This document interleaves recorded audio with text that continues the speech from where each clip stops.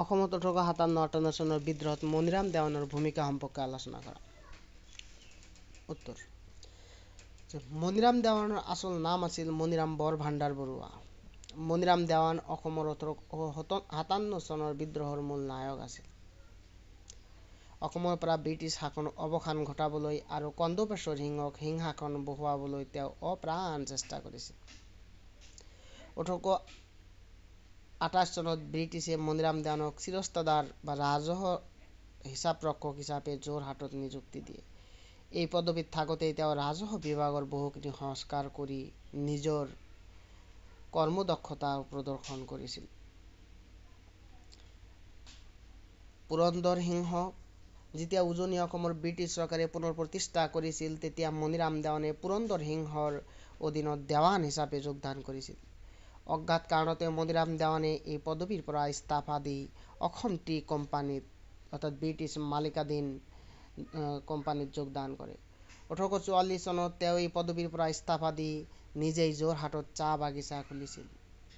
যেতিয়া মিৰাটত প্ৰথমবাৰৰ বাবে ভাৰতীয় সৈন্যই বিদ্ৰোহ ঘোষণা কৰিছিল, মণিৰাম দেৱানে কলিকতাত বাহৰ পাতি আছিল। এজন আহোম ৰাজকোঁৱৰক হাতত শাসনভাৰ প্ৰদান কৰি উজনি অসমৰ কিছু অংশত আহোম ৰাজতন্ত্ৰ প্ৰতিষ্ঠা কৰাৰ উদ্দেশ্যে তেওঁ কলিকতালৈ ব্ৰিটিছ চৰকাৰক এখন আৰ্জি পেছ কৰিবলৈ গৈছিল। কলিকতাত মণিৰাম দেৱানে মধু মল্লিক নামৰ এজন বাঙালী মুখতীয়াৰক লগ লাগি অসমৰ পৰা ইংৰাজ খেদোৱাৰ ষড়যন্ত্ৰ ৰচনা কৰিছিল। বাহাদুৰ গাঁওবুঢ়া, ফৰ্মুদ আলি, পিয়লি ফুকনকে ধৰি অসমৰ অভিজাত শ্ৰেণীৰ কিছু লোকে তেওঁৰ আহ্বানৰ প্ৰতি সঁহাৰি জনাইছিল। এইটো ঠিক হৈছিল যে আহোম কোঁৱৰ কন্দৰ্পেশ্বৰ সিংহৰ অধীনত অসম চিপাহীসকলে বিদ্ৰোহ কৰিব আৰু মণিৰাম দেৱানে অস্ত্ৰ-শস্ত্ৰ কলিকতাৰ পৰা আহি সহায়ৰ হাত আগবঢ়াব। ইংৰাজ চৰকাৰে এই ষড়যন্ত্ৰৰ উমান পাই বিদ্ৰোহীসকলক দমন কৰিবলৈ চেষ্টা কৰিছিল।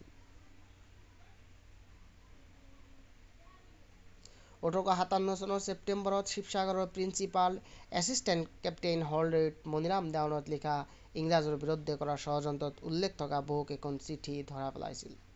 কেপ্টেইন হলডাৰেটৰ আহ্বানত কেপ্টেইন লৌডাৰে এটি ব্ৰিটিছ ফৌজৰ সৈতে যোৰহাটত উপস্থিত হয় আৰু 7 ছেপ্টেম্বৰ তাৰিখে কন্দৰ্পেশ্বৰ সিংহক আটক কৰে। কন্দৰ্পেশ্বৰ সিংহৰ গ্ৰেপ্তাৰৰ পিছতেই কলিকতাত মণিৰাম দেৱানকো গ্ৰেপ্তাৰ কৰা হয়।